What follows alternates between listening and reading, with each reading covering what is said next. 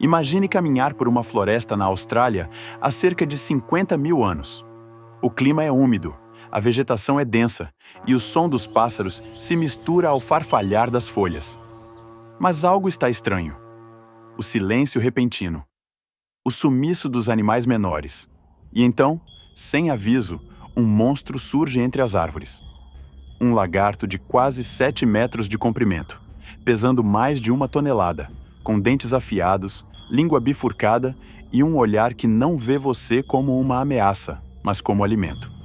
Esse era o Megalania, o maior lagarto terrestre que já existiu. Mas antes de irmos para o vídeo, não se esqueça de se inscrever no canal, deixar o seu like e comentar muito.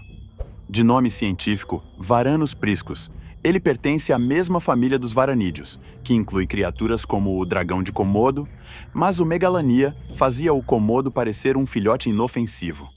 E o mais assustador? Ele não era uma aberração solitária. Ele era o predador de topo da cadeia alimentar em boa parte do Pleistoceno australiano. As estimativas sobre o tamanho do Megalania variam entre 5,5 e 7 metros, com alguns fósseis sugerindo até mais.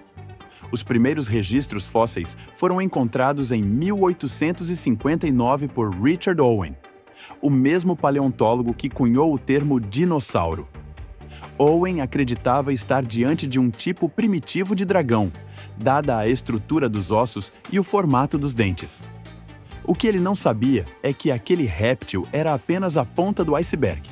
Hoje, cientistas confirmam que o Megalania não apenas existiu, como teve um papel decisivo no equilíbrio ecológico da Austrália pré-histórica. Ele caçava cangurus gigantes, wombats do tamanho de carros e até marsupiais como o tila-coleo. Com uma mordida estimada em mais de 2.000 newtons de força, ele podia quebrar ossos com facilidade. Mas o detalhe que mais impressiona não está na sua força física, e sim no seu veneno. Sim, você ouviu certo. Veneno. Estudos conduzidos por Brian Fry, herpetologista e especialista em venenos da Universidade de Queensland, mostraram que os varanídeos modernos, como o dragão de Komodo, possuem glândulas venenosas especializadas. Isso mudou completamente a forma como entendemos esses répteis. Antes, acreditava-se que os komodos matavam por infecção bacteriana. Hoje sabemos que é um coquetel bioquímico que paralisa e enfraquece a vítima. E como o Megalania pertence a essa mesma linhagem, é altamente provável que ele também fosse venenoso. Isso o tornava ainda mais perigoso. Ele não precisava matar na hora. Uma mordida era o suficiente para iniciar o processo. O veneno causava hemorragias internas, queda de pressão e confusão mental.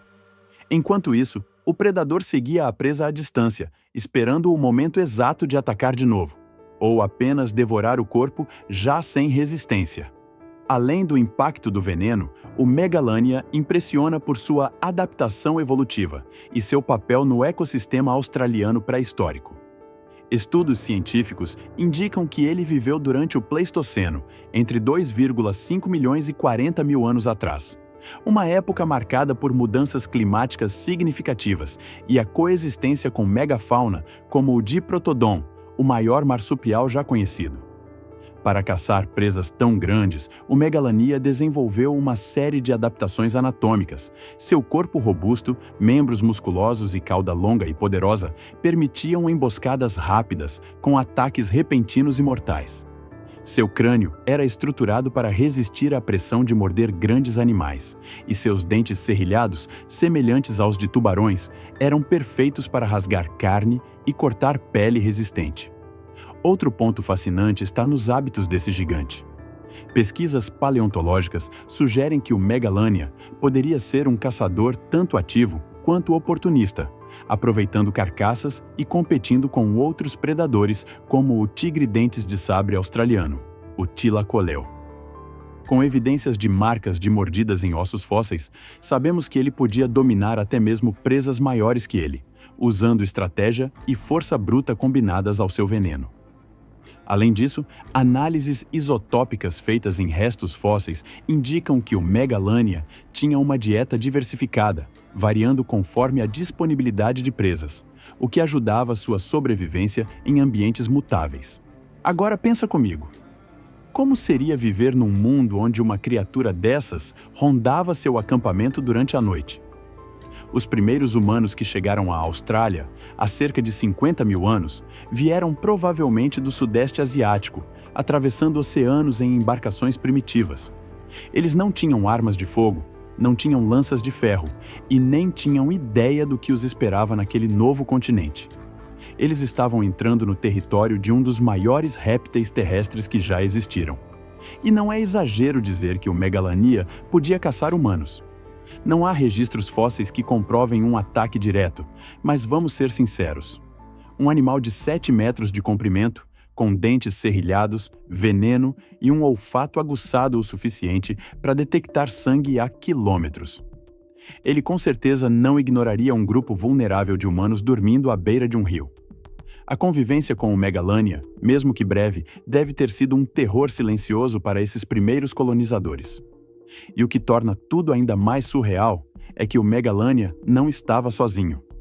A fauna australiana da era do Pleistoceno era quase uma versão alternativa do nosso mundo, onde tudo parecia maior, mais estranho, mais ameaçador. Os humanos que chegaram por lá também precisaram lidar com cangurus gigantes de mais de 2 metros de altura, wombats do tamanho de rinocerontes, cobras com mais de 10 metros e até águias com garras capazes de levantar um ser humano do chão. Mas mesmo nesse cenário absurdo, o Megalania se destacava. Ele era o topo da cadeia alimentar. Um predador absoluto. Enquanto os outros animais fugiam ou se escondiam, ele avançava. E o mais impressionante, tudo isso é real. Não estamos falando de um monstro de ficção, mas de um animal comprovado por fósseis, estudado por cientistas e reconhecido como uma das criaturas mais perigosas que já dividiram o planeta com os seres humanos. A presença do Megalania nas paisagens antigas da Austrália levanta uma pergunta inevitável: como ele desapareceu? Como um predador tão letal, tão adaptado e tão dominante foi extinto?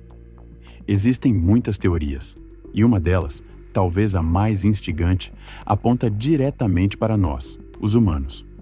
Quando os primeiros grupos de Homo sapiens começaram a se espalhar pelo continente, trouxeram com eles uma nova forma de ameaça. Não era a força física, nem o tamanho, nem os dentes. Era a inteligência. Com o tempo, os humanos começaram a desenvolver táticas de caça mais eficientes, a dominar o fogo e, principalmente, a mudar o ambiente. Eles queimavam grandes áreas de floresta para atrair animais e facilitar a caça.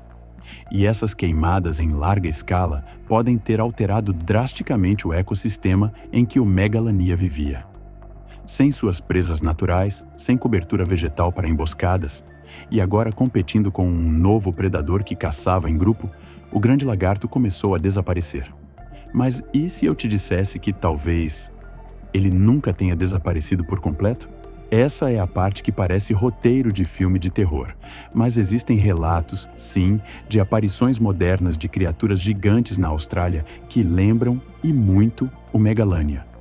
Alguns caçadores do interior relataram ter visto lagartos enormes se movendo pelas matas fechadas, com mais de 5 metros de comprimento, camuflados na vegetação, rápidos, silenciosos e com olhos que pareciam observar com um certo cálculo predatório. Em 1979, por exemplo, um grupo de agricultores do estado de Queensland jurou ter encontrado pegadas enormes e arranhões profundos em troncos de árvores, como se algo gigantesco tivesse passado por ali. Até hoje, esses rastros não foram explicados. São apenas lendas modernas? Alucinações? Ou será que algum descendente do Megalania sobreviveu escondido em áreas remotas, onde o ser humano quase não pisa? A verdade é que a Austrália é um dos países com maior número de regiões inexploradas. Seus desertos, seus pântanos e suas florestas tropicais ainda escondem espécies que a ciência sequer catalogou. Em 2009, pesquisadores descobriram mais de 850 novas espécies em uma única expedição na região de Kimberley. E isso levanta uma outra pergunta incômoda. Quantos gigantes esquecidos ainda estão vivos por lá? O Komodo, por exemplo, só foi oficialmente reconhecido pelo mundo ocidental no século XX. Antes disso, ele era apenas um mito local, uma história de pescador sobre dragões que devoravam búfalos. Ou seja, é perfeitamente possível que um animal enorme, com hábitos noturnos e que vive em regiões inóspitas, possa passar despercebido por décadas ou até séculos. Ainda mais se estivermos falando de um predador tão adaptado quanto o Megalania. Mesmo que o Megalania esteja extinto há milhares de anos, ele ainda chama a atenção de cientistas e amantes da natureza.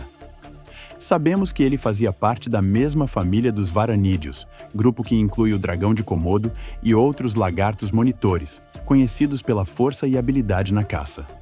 O Megalania usava sua mordida poderosa para dominar suas presas e, com paciência, esperava elas ficarem fracas para atacar novamente.